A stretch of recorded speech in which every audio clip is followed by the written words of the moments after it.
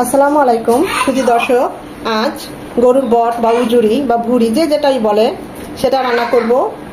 কুরবানি ঈদের যে ভুড়ি, সেই ভুড়িটাই আজকে রান্না করব।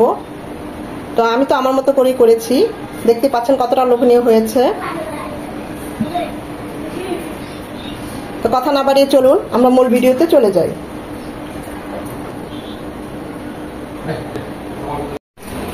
গরম পানি দিয়ে ভিজিয়ে রেখেছি বটগুলো, কিছু পরিষ্কারও করেছি, আবার কিছু ওঠে নাই, আবারও গরম পানিতে ভিজিয়ে নিয়েছি।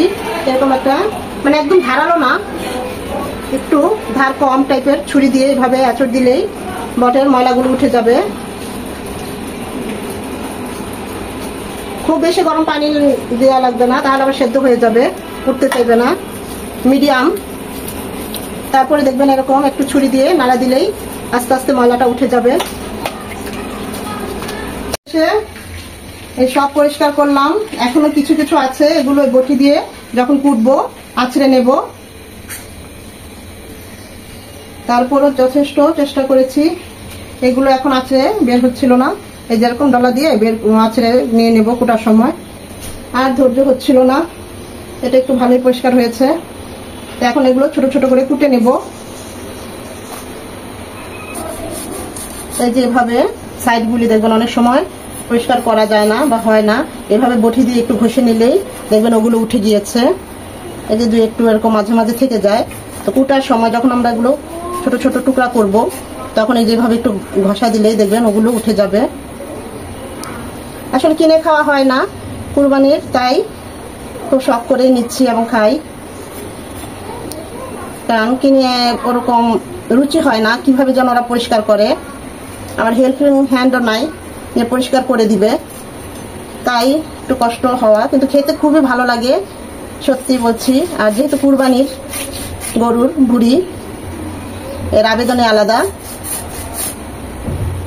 ওর বাবা তো খুবই পছন্দ করে, আমিও পছন্দ করি। রুটি পরোটা দিয়ে ভুনা করলে খুব ভালো লাগে, গরম গরম ভাত দিয়েও খুব ভালো লাগে। এভাবে পরিষ্কার করে নেব। এটা একটু সময় সাপেক্ষ এবং ধৈর্যের ব্যাপার, এখানে অধৈর্য হলে চলবে না, এবং খুব ভালোভাবে নিট অ্যান্ড ক্লিন করতে হবে, কারণ খাবারের ব্যাপার, ময়লা থাকলে চলবে না। দেখতেই পাচ্ছেন আমি কিভাবে পরিষ্কার করে নিচ্ছি।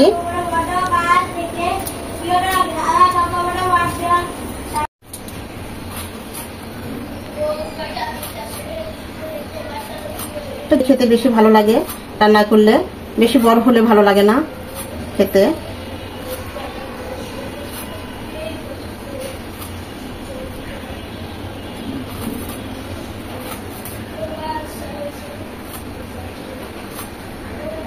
একদম বড় না, আবার একদম বেশি ছোট না।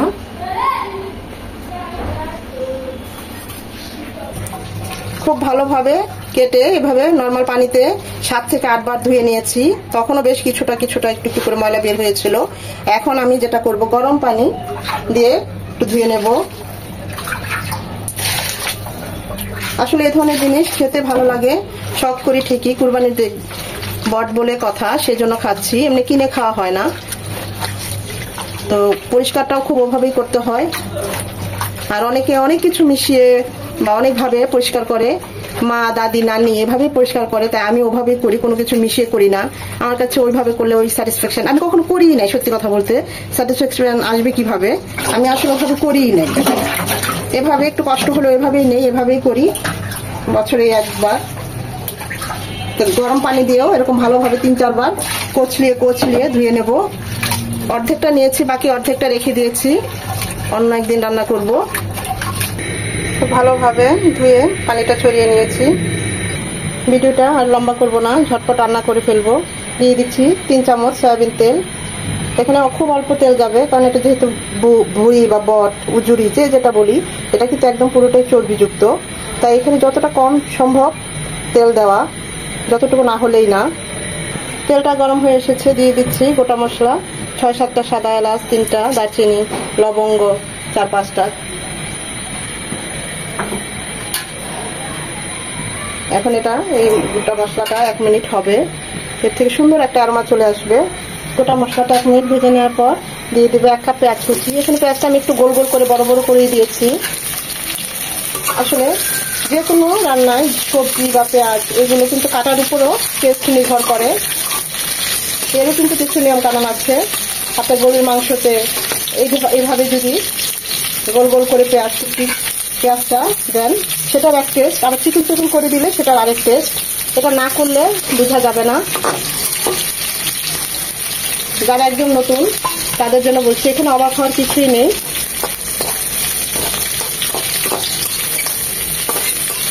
পেঁয়াজটা নরম হবে, খুব বেশি লাল লাল করার দরকার নেই, আর একটু নরম হবে। পেঁয়াজটা নরম হয়ে এসেছে, একটু বেশি নরম করার দরকার নাই, রিংগুলো খুলে গিয়েছে। এখন আমি এখানে দিয়ে দিচ্ছি 2 চামচ আদা রসুনের পেস্ট, আরও 1 চামচ দিচ্ছি, 1 চামচ, মোট 3 চামচের আদা রসুন পেস্ট দিলাম। এটাকে 1 মিনিট ভেজে নেব যেন আদার ঝাঁঝালো গন্ধটা চলে যায়। আদা রসুনটাকে 1 মিনিট ভেজে নেওয়ার পর এখানে হলুদ গুঁড়ো 1.5 চামচ, মরিচ গুঁড়ো 1.5 চামচ, ভাজা জিরে গুঁড়ো 1 চামচ আর গরম মশলা গুঁড়ো 1 চামচ পানি দিয়ে গুলিয়ে দেব। মশলাটা গুলিয়ে দিলে বাটা মশলার টেস্ট আসে। যেহেতু বাটা মশলা দিতে পারবো না, তা অনেক কষ্ট, তাই এই ছোট ছোট পিসগুলো ফলো করলে দেখবেন সেই রান্নার টেস্ট অনেক গুণ বেড়ে যায়। এখন মশলাটাকে ভালোভাবে কষিয়ে নেব। আমি এখানে আরো একটু গরম পানি দিচ্ছি মশলাটাকে ভালোভাবে কষিয়ে নেওয়ার জন্য। মশলাটা যত ভালো কষানো হবে সেই রান্নাটা তত ভালো টেস্টি হবে।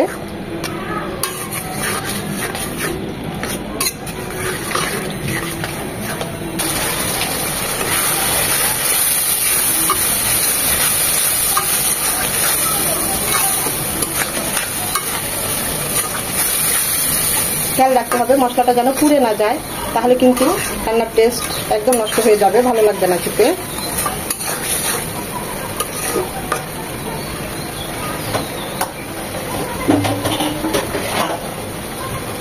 পানিটা ছড়িয়ে নিয়েছি। এখন আমরা ভুড়ি বা বর্জে যেটা বলে সেটা এখন মশলা কষানোর মধ্যে দিয়ে দিলাম। এখন খুব ভালোভাবে মশলার সাথে নেড়ে চেড়ে মিশিয়ে নেব।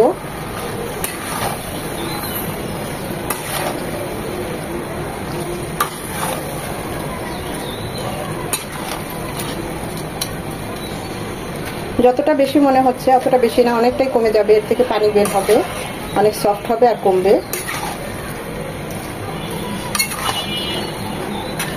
5 থেকে 7 মিনিট এই মশলার সাথে কষিয়ে নেব। আমি তো এখানে 2 কেজির মতো নিয়েছি রান্নার জন্য, ওই অনুযায়ী মশলা দিয়েছি। আপনারা আপনাদের ভুড়ির পরিমাণ অনুযায়ী মশলাটা কম বেশি বাড়িয়ে কমিয়ে নেবেন। এটা এখন 5 থেকে 7 মিনিট একটু কষিয়ে নেব।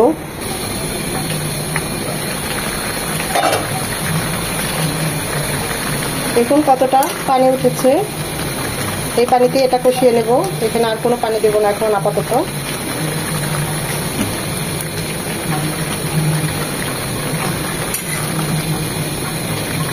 মনে হতে পারে মশলা খুব বেশি দিয়েছি, কিন্তু না, যেহেতু গরুর ভুড়ি এখানে মশলাটা একটু বেশি যাবে।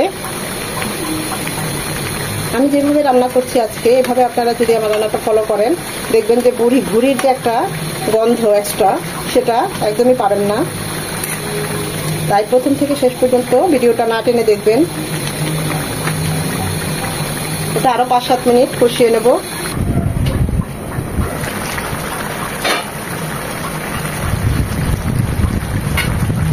আমি অবশ্য মাঝে আরেকবার নেড়ে দিয়েছি। এখানে দিয়ে দিচ্ছি 2টো আলু, এরকম কিউব করে কেটে নিয়েছি। আপনারা যারা আলু পছন্দ করেন না দিবেন না, বড় বাবু খুব আলু পছন্দ করে তাই দিলাম। এছাড়া কুরবানির মাংস বা কুরবানির ধরনের ভুড়িতে সচরাচর আমি আলু দিই না।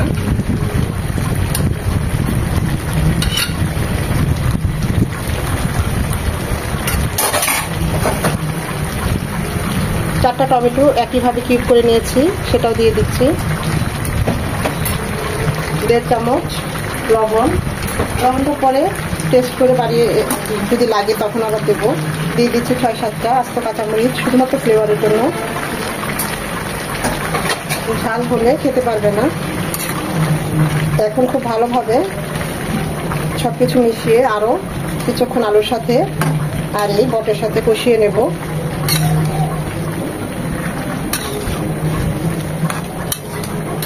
ধোয়ার সময় সেদ্ধ পানি ব্যবহার করেছি, এছাড়া পরিষ্কার করেছি সেদ্ধ পানি দিয়ে। অনেকটা সফট তখনই হয়ে গিয়েছে 50-60%। এখন এখানে বাকি 40% রান্না করব, তাই খুব বেশি এখানে পানি দরকার হবে না। আরো 7 থেকে 8-10 মিনিট কষিয়ে নেব।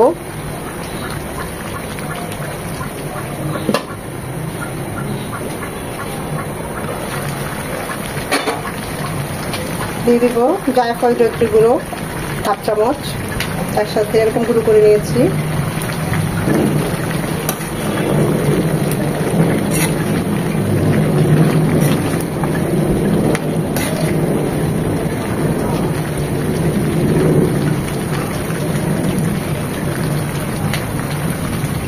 সব শেষে আরো 1/2 চামচ গরম মশলা গুঁড়ো দিয়ে দিলাম।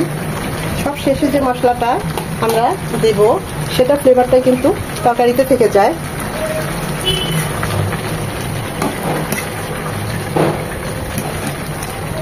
তো চাইলে আপনারা সরষের তেলেও রান্না করতে পারেন।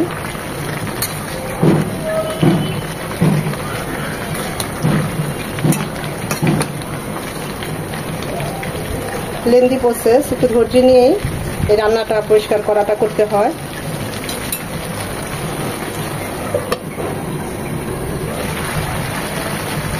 দিয়ে দিব ফুটানো পানি।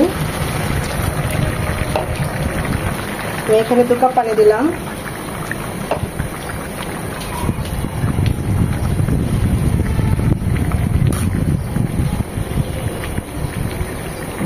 এখন এটা রান্না হবে মিনিমাম 40 থেকে 50 মিনিট।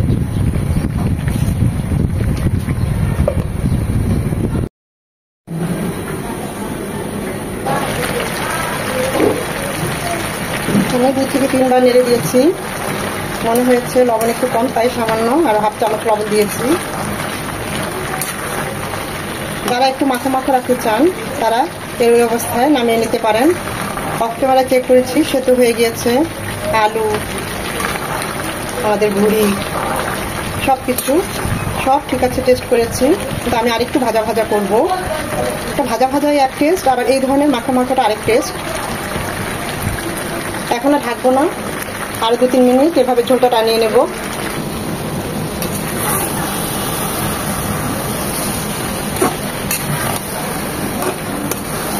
আমাদের গরুর বট একদম রেডি। দেখতেই পাচ্ছেন কতটা লোভনীয় হয়েছে, অসম্ভব ভালো হয়েছে।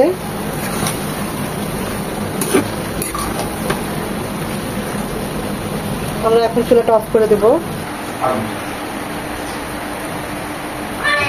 একই রান্না, প্রসেস সামান্য একটু চেঞ্জ, যেটা কিছুক্ষণ আগে বলেছি। যেটা ভাজা ভাজাটা এক টেস্ট, মাখো মাখোটা আরেক টেস্ট, একদম ভিন্ন টেস্টে পরিণত হয়। যেমন আমরা বলতে পারি তেহারির ক্ষেত্রে আর বিরিয়ানির ক্ষেত্রে, বিরিয়ানি আর তেহারি কিন্তু একটু সামান্য একটু প্রসেস আলাদা। আমরা বিরিয়ানির ক্ষেত্রে পোলাওটা যখন 90% কুক হয়ে যায়, পানিটা শুকিয়ে যায়, তখন আমরা মাংসটা দিই।